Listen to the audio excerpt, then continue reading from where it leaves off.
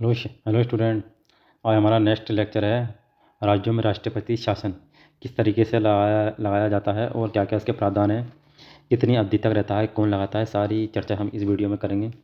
इससे पहले हमने राष्ट्रीय आपात पढ़ा था। राष्ट्रीय आपात के बारे में चर्चा की थी। आज हमारा है कि राष्ट्रपति शासन, स्टेट में राष्ट्रपति शासन किस तरीके से कार्य करता है। तो चलिए हम पढ़ते हैं राज्यों में राष्ट्रपति शासन। यदि राज्यों में संवैधानिक तंत्र यानी कि संविधान के अकॉर्डिंग के विफल हो जाने पर राष्ट्रपति द्वारा अनुच्छेद 356 के तहत जारी की जाने वाली उद्घोषणा को आम बोलचाल की भाषा में क्या कहते हैं हम? राष्ट्रपति शासन कहते हैं। सीधा सा मतलब है इसका, यदि संविधान के अकॉर्डिंग यदि उस राज्य में कोई शासन नहीं चल पा रहा है तो राष्ट्रपति उस राज्य में राष्ट्रपति शासन लागू कर सकता है। इसको बोलेंगे राष्ट्रपति शासन। यहाँ पर आपातकाल का शब्द प्रयोग नहीं करते हैं। ये आपात लगा स्टेट में, तो यहाँ लगता है राष्ट्रपति शासन। इसके बाद आता है आपका दूसरे प्रकार का आपात उपबंध है। यदि संविधान में इसके लिए आपात शब्द का प्रयोग नहीं किया गया है, तो संविधान में क्या है, आपात शब्द का प्रयोग नहीं किया गया, सिर्फ राष्ट्रपति शासन की बात की गई है इसमें। अब राष्ट्रपति शासन की उद्घोषणा किस तरीके से होती है? तो जैसे राष्ट्रपति शासन की उद्घोषणा आर्टिकल 356 के तहत जारी की जाती है। और राष्ट्रपति शासन की उद्घोषणा कौन से आर्टिकल में? 356। और किसके तहत जारी किया? 356 के तहत, ठीक है नहीं।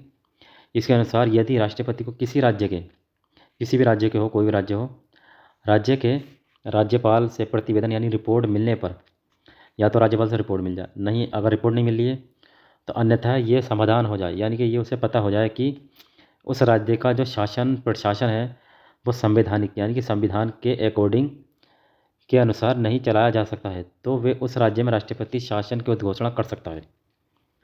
यदि राष्ट्रपति या तो राज्यपाल रिपोर्ट दे दे राष्ट्रपति शासन के लिए, या फिर राष्ट्रपति को ये समाधान हो जाए कि इस स्टेट में संविधान के अकॉर्डिंग शासन प्रशासन चलाने में दिक्कत आ रही है, तो राष्ट्रपति शासन लागू कर सकता उस स्टेट में।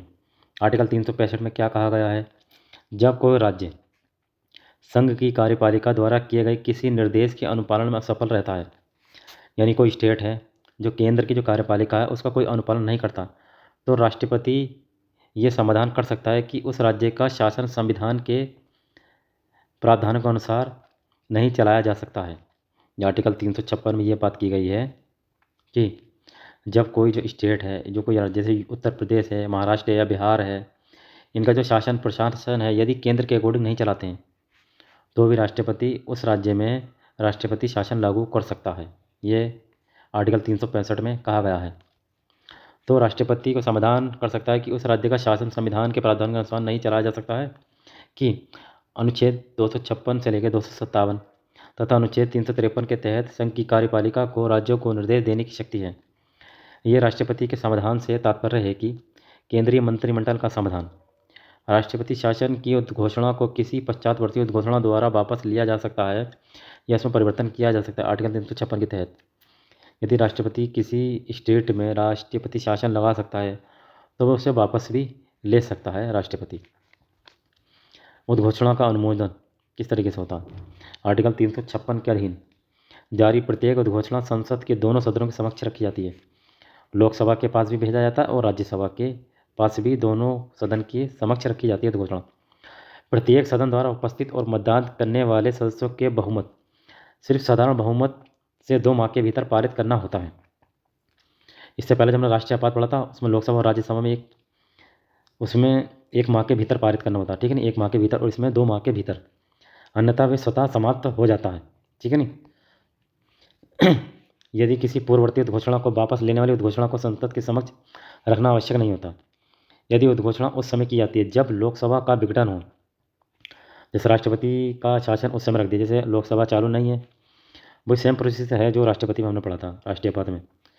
तो यदि राज्यसभा से पारित कर देता है तो जब लोकसभा सत्र में आती है तो 30 दिन के भीतर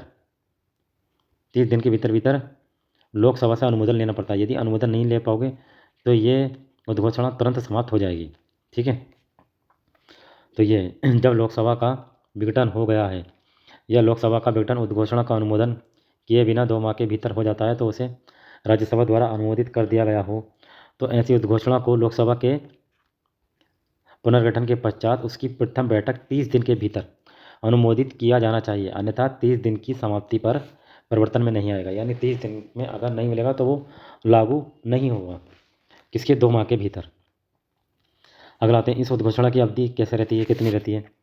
राष्ट्रपति शासन की उद्घोषणा जारी किए जाने की तिथि से 2 माह तक परिवर्तन में रहेगी, यानी लागू रहेगी, किंतु संसद के दोनों सदन इसे साधारण बहुमत से 2 माह के भीतर अनुमोदित कर देते हैं। 2 माह यानी कि 60 दिन के भीतर साधारण बहुमत, और राष्ट्रीयपात में क्या था? विशेष बहुमत, यानी कि 2 तिहाई बहुमत। तो ऐसी उद्घोषणा जारी किए जाने की तिथि से 6 माह तक परिवर्तन में रहती है।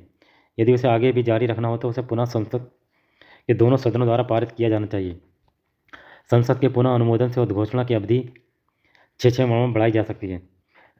यदि आपको बढ़ाना है राष्ट्रपति शासन तो लोकसभा और राज्यसभा से दोनों से अनुमोदन लेने के लिए 6 माह तक बढ़ाई जाती है, किंतु राष्ट्रपति शासन जो है 3 साल से अधिक तक परिवर्तन में नहीं रखा जा सकता। सिर्फ 3 साल तक लगेगा, 1 से लेकर के 3 साल तक, इसके बाद नहीं लगेगा।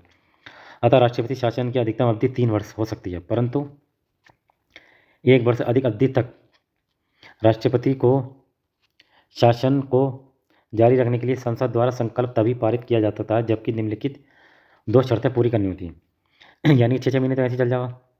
जब 1 साल हो जाए, 1 साल के बाद 2 शर्तें पूरी करनी होती हैं। वो तो 2 शर्तें ये हैं, जैसे आपात की उद्घोषणा, जैसे संपूर्ण भारत या उसके किसी भाग में परिवर्तन में हो, यानी परिवर्तन यानी लागू हो। दूसरी शर्त यह है, निर्वाचन आयोग ये प्रमाणित कर दे कि राज्य में चुनाव कराने में कठिनाई के कारण राष्ट्रपति शासन को जारी रखना आवश्यक है, तो हो सकता है। ये 2 चीज़ें ऐसी हैं, ये इलेक्शन कमीशन और दूसरी आपात की उद्घोषणा। उपरोक्त दोनों शर्तें 44वें संविधान संशोधन सन 1978 के द्वारा जोड़ी गई हैं। 2, जिससे निर्वाचन आयोग ये प्रमाणित कर दे कि राज्य में चुनाव कराने में कठिनाई आ रही है तो राष्ट्रपति शासन को जारी रख सकता है। ये 44वां संविधान संशोधन सन 1978 के द्वारा ये आर्टिकल जोड़ा गया है। उद्घोषणा का प्रभाव क्या पड़ेगा? जब राष्ट्रपति किसी राज्य में अनुच्छेद 356 वन के तहत जारी करता है तब ये उद्घोषणा द्वारा निम्नलिखित कार्य कर सकता है। जैसे क्या कार्य किए जाएंगे? उस राज्य के सभी या कोई कार्य अपने हाथ में ले लेता। कौन? राष्ट्रपति।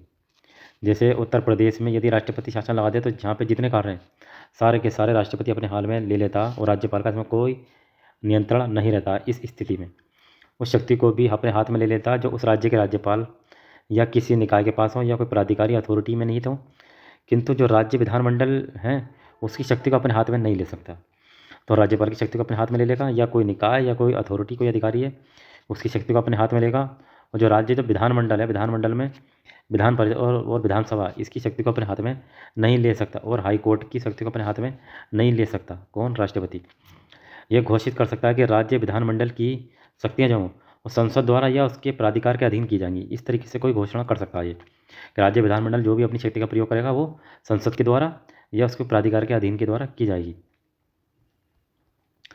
ऐसा कोई उपबंध भी ये कर सकता है जो राज्य के किसी निकाय या प्राधिकारी से संबंधित या फिर किसी संवैधानिक प्रावधानों के परिवर्तन को निलंबित कर सकता है। ये उद्घोषणा को प्रभावित बनाने के लिए आवश्यक है, किंतु राष्ट्रपति जो उच्च न्यायालय यानी हाई कोर्ट में निहित किसी शक्ति को अपने हाथ में नहीं ले सकता और ना ही उच्च न्यायालय से संबंधित किसी संवैधानिक प्रावधानों के परिवर्तन को निलंबित कर सकता है।